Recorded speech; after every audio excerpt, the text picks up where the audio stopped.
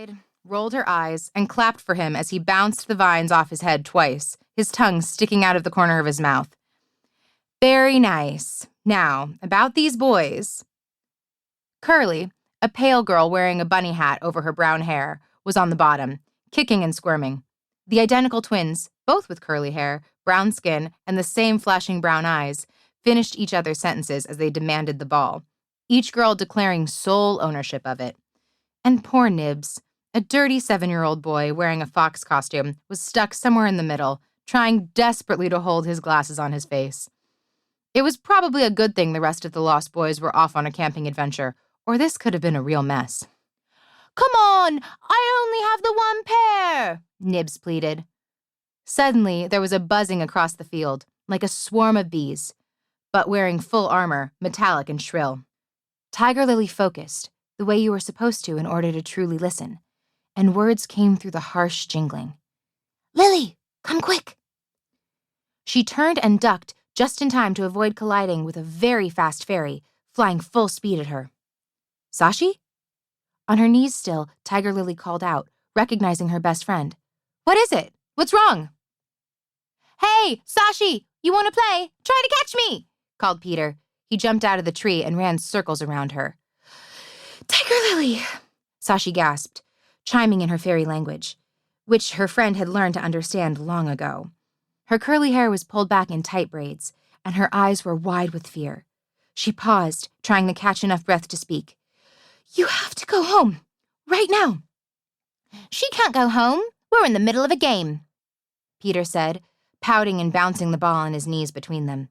He seemed to understand her words, having a fairy best friend himself, Tinkerbell. "There's a monster in the village." Sashi must be playing her own game now. A monster? In her quiet village? There was just no way. And yet, from the look on her face and the fear in her voice, Tiger Lily knew the horrible truth. It was no game.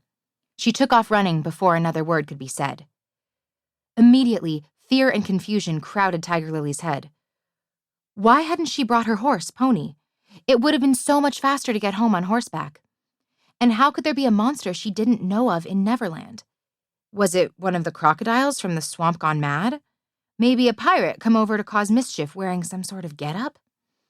She flipped through all the possible scenarios in her mind until she noticed Peter Pan and Sashi taking the lead, rushing ahead of her straight for the village, the place where she had been born and had always lived, and where everyone in her family was right then in grave danger. The Lost Boys had untangled themselves and were trying to catch up to her, letting out their best scary yells, promising to kill whatever beast threatened their friends. "We'll stop that thing in its tracks," the twins finished, one threat between them.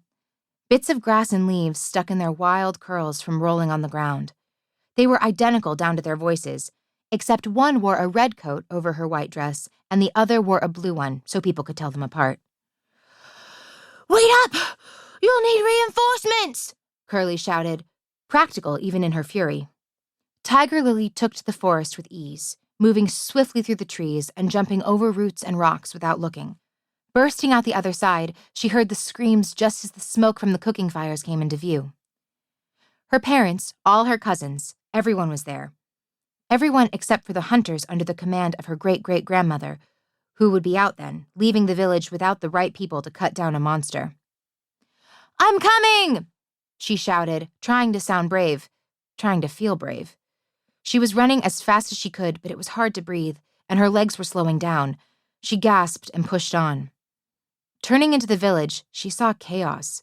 Between the bright white curves of their homes, people were running every which way. She saw her mother, standing near the garden. She was leaning down, gesturing with her hands while she spoke with Peter Pan.